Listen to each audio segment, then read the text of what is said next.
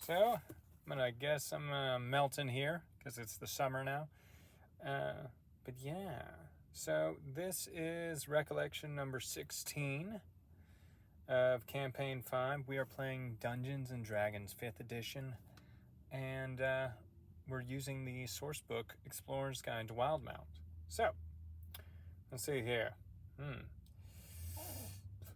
So starting off, the party has just survived the combat to close the Hellgate.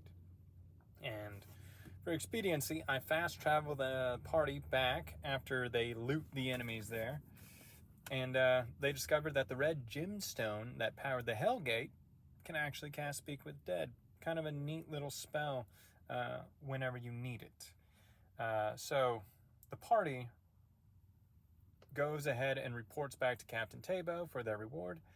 However, the Prime Arbiter, Knox, has returned to Deastock amid the scandal at his manor. Now, this Prime Arbiter is he is the judge of judges in the Dwendalian Empire. So he's a very important person. And they were investigating in his manor, and that's where they discovered that they were sort of tied up with this group of devils that were just causing mayhem across Deastock. So, anyways, Captain Tabo decides, after giving their party their reward, he escorts them. He escorts them back to the Truscan Manor. And the party is brought one at a time to the Prime Arbiter. Now, they each give their testimony, and then the Prime Arbiter decides to speak to Captain Tabo alone and states he believes the party is lying because the party, through perception checks, can hear this conversation. So they are collected by Captain Tabo, who, following them outside, explains their situation. He tells them, essentially, hey, the Prime Arbiter wants any loose ends tied up, meaning them. So the party takes his advice and they leave immediately. They acquire a wagon and some more horses, and they leave promptly after selling some stuff, including the flame-tongue longsword that they got from, what's his name? From the Incubus Brannock. I had a lot of backstory behind that flame-tongue longsword. It's kind of a reoccurring sword that keeps showing up in all my campaigns. It's called Knight's Ruin. But whatever, they sold it.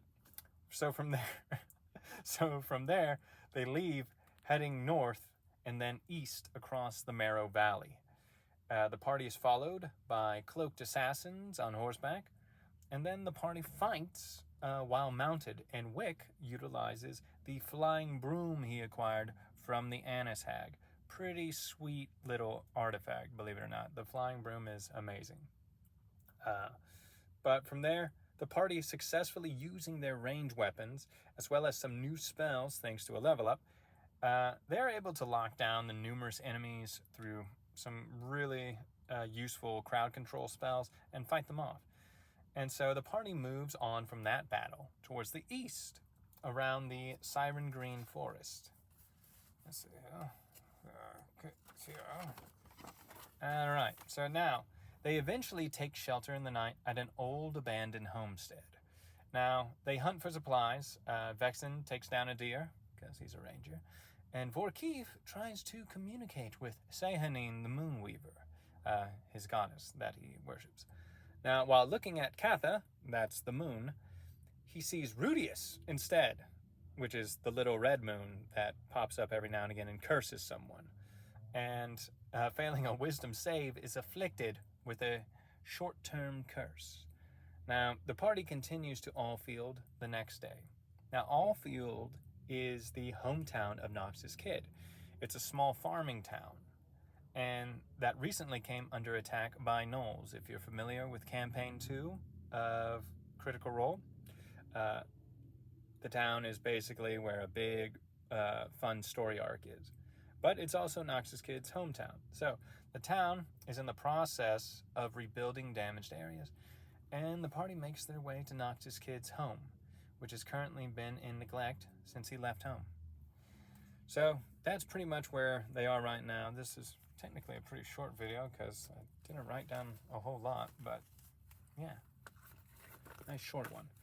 And I am melting in here just completely. So I'm going to go ahead and shut this off, and until next time, we'll continue with Recollection number 17. All right.